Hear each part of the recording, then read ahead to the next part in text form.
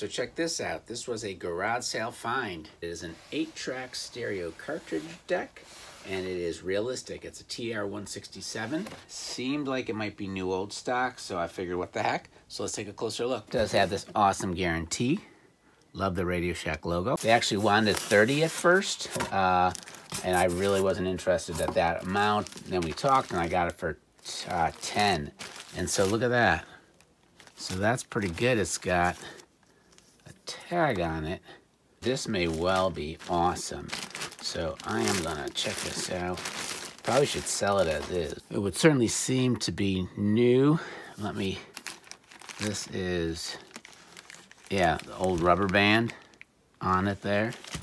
I will say there is no manual. Yeah, again, so like there's stuff like a twister melted around it. All right, so I've loosened this. I don't know, you know what? It's gonna be real tough to say whether this is new, old stock or not. It is quite clean. There is a little bit of rust on the screws. There is an additional feature on the back that's kind of interesting, an output level control, where you can switch it from min to max. Apparently you adjust it based on the receiver you're using. Here's the bottom. And it says, caution. Open tape door by hand and take off the head protector by pulling the string up before operating. There is indeed a piece of foam. Come on. Oh, there it goes. So that's, yeah, there we go. I'm gonna get plugged in. I feel bad, almost like it's so nice and organized. Of course, the fact that this is unused seemingly does not mean it works, right? The belt, the motor could have frozen up. But I do have it plugged in. Again, no sound will come out. I want to hear, does the motor come on and does a light, and then can I switch channels? So there definitely seems to be a motor movement. I don't particularly see a light. So I'm gonna have to hook it up to my receiver. Oh, there, see, look, the one is lit up, I swear to God. I'm gonna turn off the room light. It is lit up. Let's see if it goes. Nope. Okay, but it's lit up. That's something. No sound. So there's an issue of some sort. I put a mark with a Sharpie on the tape. I did Glenn Miller. I didn't want to mess up Van Halen. And when I put it in, let it go for a while, that mark should be gone by this point. So if you see, the mark is still there. Even though I hear the motor, it's somehow not moving. This will be very hard to see, but it is actually moving. You see that? Yeah. So that is moving when the tape is in place. So why is it not actually turning the tape? I don't know. I tried cleaning that rolling head with a little isopropyl alcohol, and it still didn't move. So I'm gonna have to open this thing up and see what I can do. So 1 little, 2 little, 3 little, 4 rusty screws for sure. I am concerned about how bad this is gonna look inside. Obviously some rust here. I ended up taking the whole thing out because of this. That could be corrosion, but that could be some kind of fungus. So I'm cleaning it out with some wipes. So I do think I have this pretty well cleaned out. I used those Clorox cloths. I used a stiff, kind of a toothbrush, but a little stiffer to kind of scrub it. This thing was clearly not in a climate-controlled environment because there is moisture, rust on a lot of the bottoms. Most of the components, I think, are okay. It's just seemingly on some of the edges. It's real hard to get the screws out, but the components themselves seem okay. So I just looked at the bottom of the box, and clearly it had some water damage at some point. Pretty sure I know what's going on. When you put the tape in, this thing gets pushed up, and the motor does turn. But what happens is the belt is slipping when you put an actual tape in. So I'll go ahead and put an actual tape in. There again, the motor's going, but you can see it stops.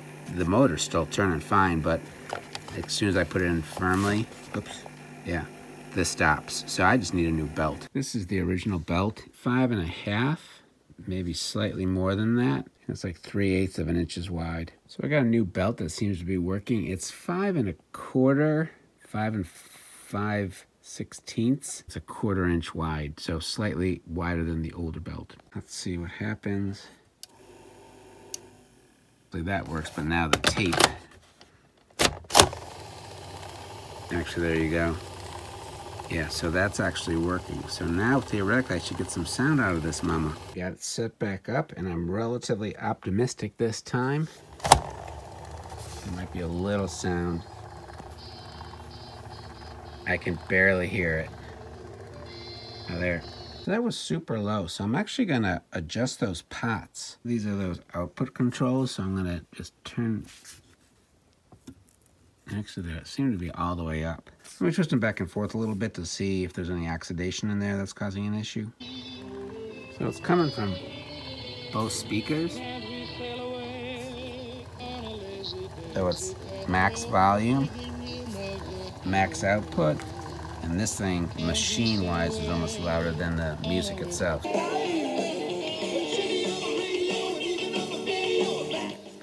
Maybe slightly louder with Van Halen, but this is max volume. I think the timing is right. It certainly seems like it's the right speed. It doesn't seem slow, doesn't seem fast. So that belt is working pretty well. It is still not switching tracks though. I have some idea what's going on here. This has a solenoid which pushes this piece, this cog, which should change. And thankfully the solenoid is working. So the solenoid is moving. What's happening is it doesn't always turn this. Let me show you close up. So I have it marked here, that's a 1. And you're gonna see it goes back and I let it go. It doesn't always move. If I push it back and just give it a little tick, now it's gonna go to 2. Go to 3, go to 4. Should be able to see it a little bit better here. How this is going to go back and this little peg, one of these little pegs should catch. Goes back. That peg should catch in there. It doesn't. If I just tip it, it goes in there, and now it turns. Catch it. Oh, see, that's not even catching. So that, oh, I guess it did advance. That's interesting.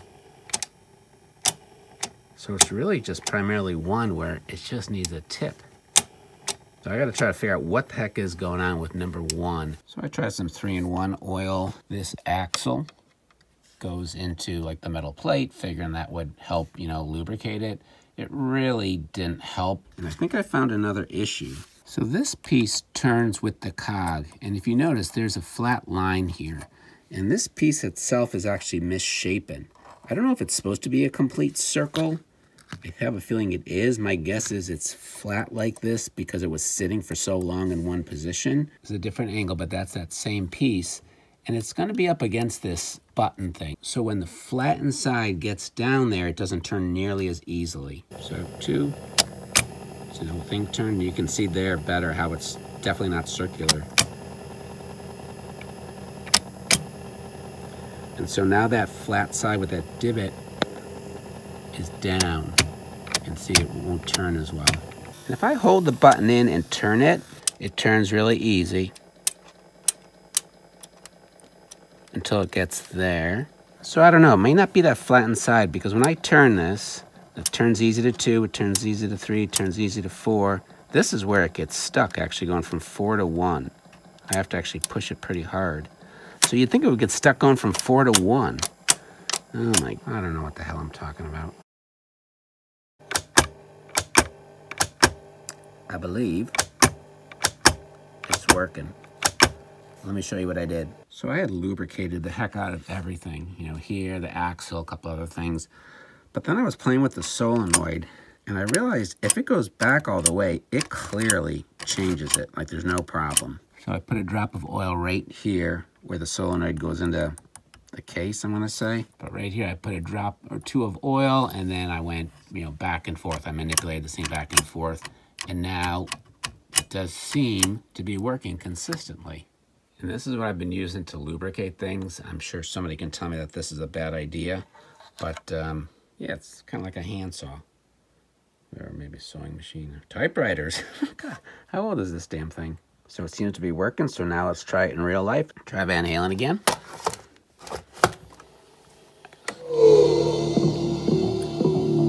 Okay. All right, it's between songs.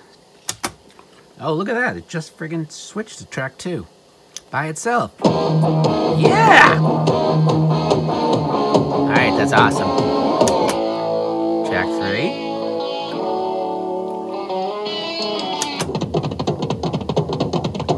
Track 4. All right, so that is working. Sweet! All right, let's check it with the equally radical Glenn Miller. And actually, you know what? The volume is good, right? I only have this turned up part way. So somehow, something has fixed itself because now the volume is quite good. Now I gotta just reassemble it. Hopefully that goes smoothly. I did use a brush to scrub away some of that rust. I tried some WD-40. It didn't do too much, so it will be what it is. Like I said, the components seem pretty clear, so I don't think that's an issue. 4 screws for the back were really rusted out, so I did replace those. The screws on the bottom, I did clean them up a little bit before putting them back. It is back together, and it's not much worse for wear. There might be some scuffs, like right there. Ew. Here's the underside, and kind of same thing.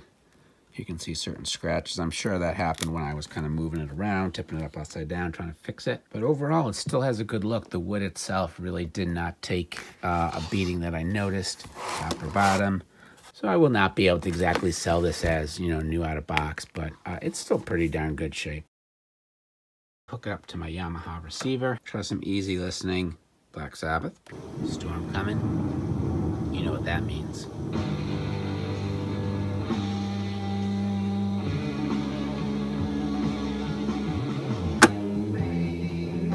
So that's awesome. So for new old stock, this was a lot of work to get it back and running. It's not super surprising though.